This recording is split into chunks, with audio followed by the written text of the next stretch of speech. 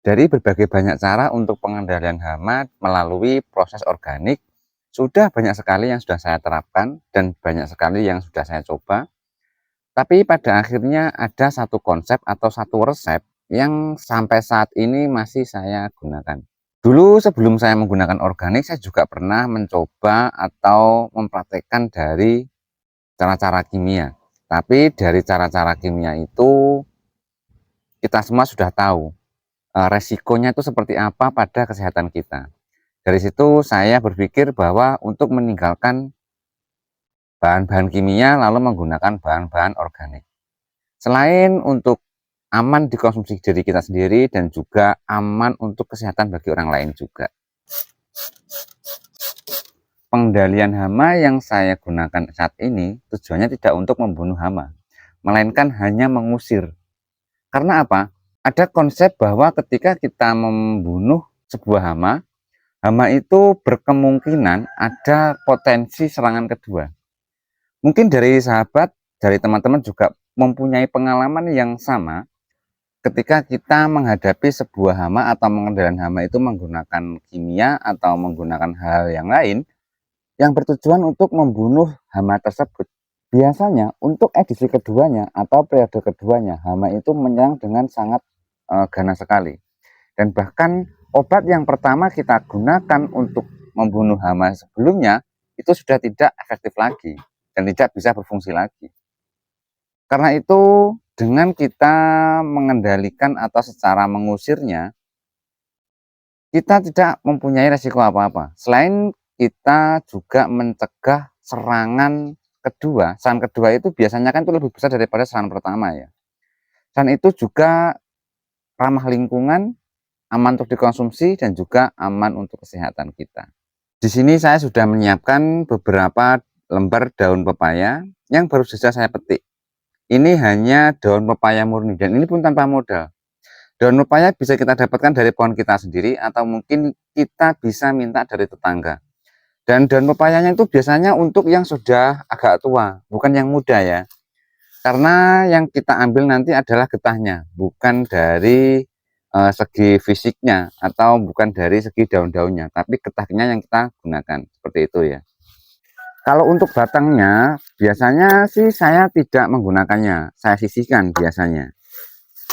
Ini saya potong kecil-kecil dan saya masukkan ke sebuah tempat atau wadah ya.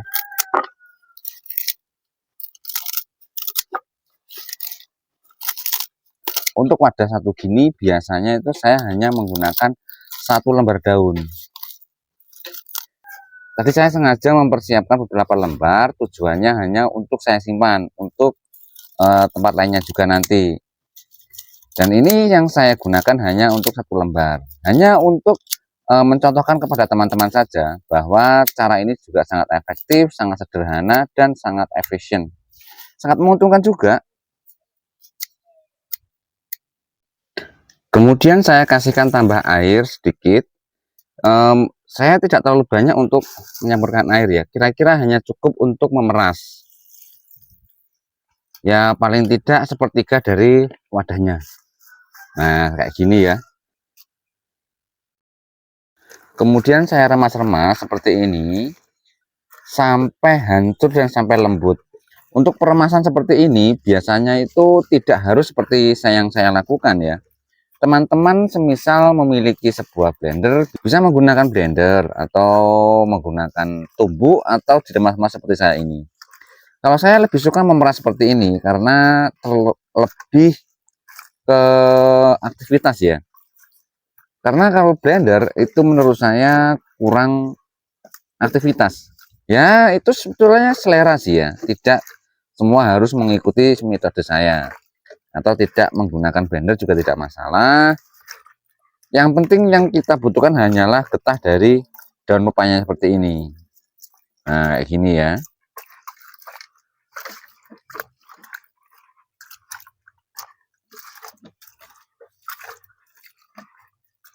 Kenapa daun pepaya itu sangat efektif untuk pengusir hama? Karena dari baunya dan juga dari rasa pahitnya itu tidak disenangi oleh hama-hama seperti belalang, semut, ataupun hama-hama yang memutih atau jamur pada tanaman kita.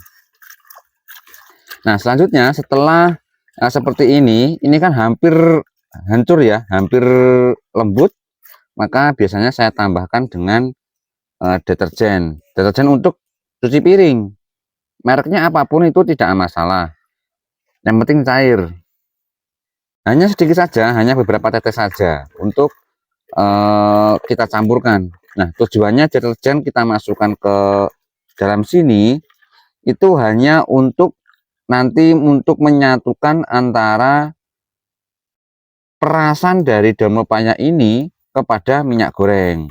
Nah, selanjutnya setelah deterjen kita masukkan, kita memasukkan lagi minyak goreng.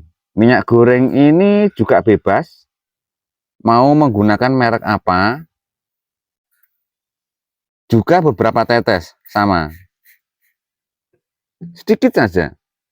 Nah, tujuan minyak goreng itu untuk pelekat, supaya nanti kita siramkan atau kita semprotkan kepada tanaman itu supaya mau menempel ke tanaman. Untuk cara penggunaannya kan tidak setiap hari, paling 3 hari sekali atau 1 minggu 2 kali atau 1 minggu sekali. Nah, tujuan minyak goreng itu supaya dia itu mau nempel kepada tanaman tersebut, dan ketika besoknya lagi atau sorenya kita itu menyiram tanaman tersebut, cairan ini tidak larut atau tidak luntur dari siraman yang kedua. Seperti itu tujuannya minyak goreng. Nah, kalau untuk sabunnya itu hanya untuk memperkuat atau menyampurkan antara perasan dari daun pepaya dengan minyak goreng tersebut. Jika sudah jadi seperti ini, maka ampasnya ini juga kita buang, kita peras, bisa kita gunakan untuk bahan kompos, bisa kita gunakan untuk pupuk seperti ini. Nah, kan sayang tuh kalau misalkan kita buang-buang, kita sudah bikin seperti ini, itu sangat bagus sekali ya. Selain dia bisa untuk kompos, dia itu tujuannya untuk menjaga tanah itu supaya masih terjaga kelembapannya, seperti ini ya. Nah, selanjutnya ke tahap penyaringan. Kita bisa saring ampas tadi yang sudah kita peras. Kalau tidak kita saring, biasanya itu ampas ini akan menyumbat kepada sprayer yang nanti kita gunakan. Nah, seperti ini sudah siap digunakan ya. Untuk ampas yang tadi, semisal kita tidak ingin menggunakannya sebagai kompos, juga kita bisa tambahkan air. Seperti ini. Airnya juga terserah mau takaran berapa, tapi jangan terlalu banyak, takutnya nanti tidak ngefek apa-apa. Nah, tapi untuk penambahan air ini biasanya tidak bisa langsung digunakan. Kita harus diamkan sebanyak selama 1 hari atau 2 hari, supaya nanti dia bisa menyampur dan juga mengandung bahan-bahan yang sudah kita campurkan tadi. Ya.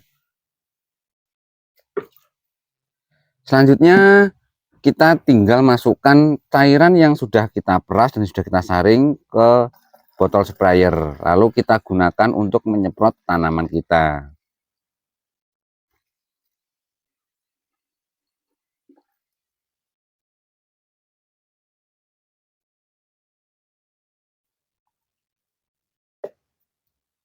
Ini kan ada tanaman tomat yang juga terkena cabuk atau putih-putih gini ya.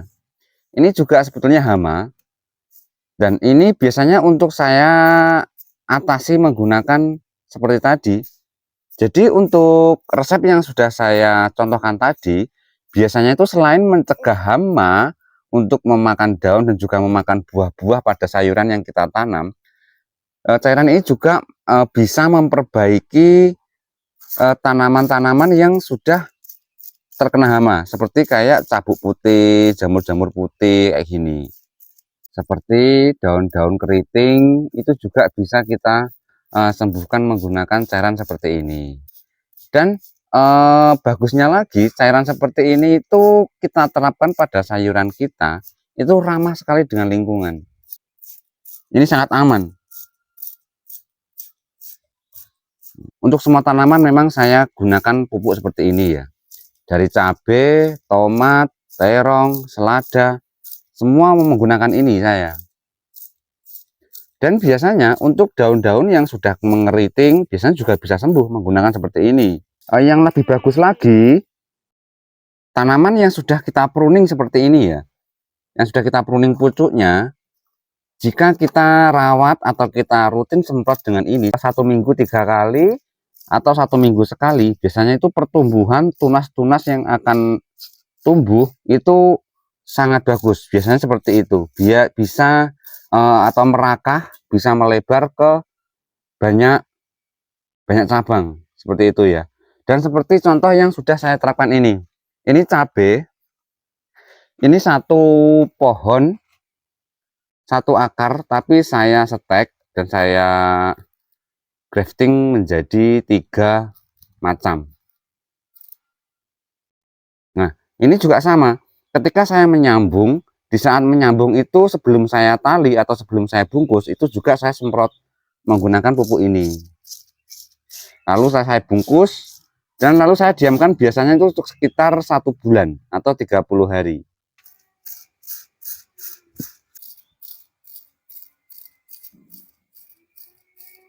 Pupuk ini juga bagus untuk tanaman yang masih kecil, yang masih belum kuat untuk dipindahkan ke media tanam.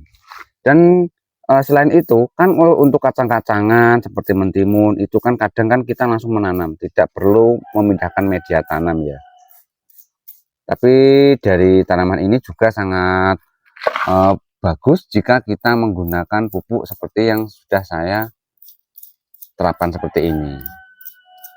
Semakin dari kecil kita merawatnya dengan baik, dengan pupuk yang benar, dan menghindarkan dari hama-hama yang ingin merusaknya, kan lebih baik mengusir daripada membunuh. Itu kalau menurut saya.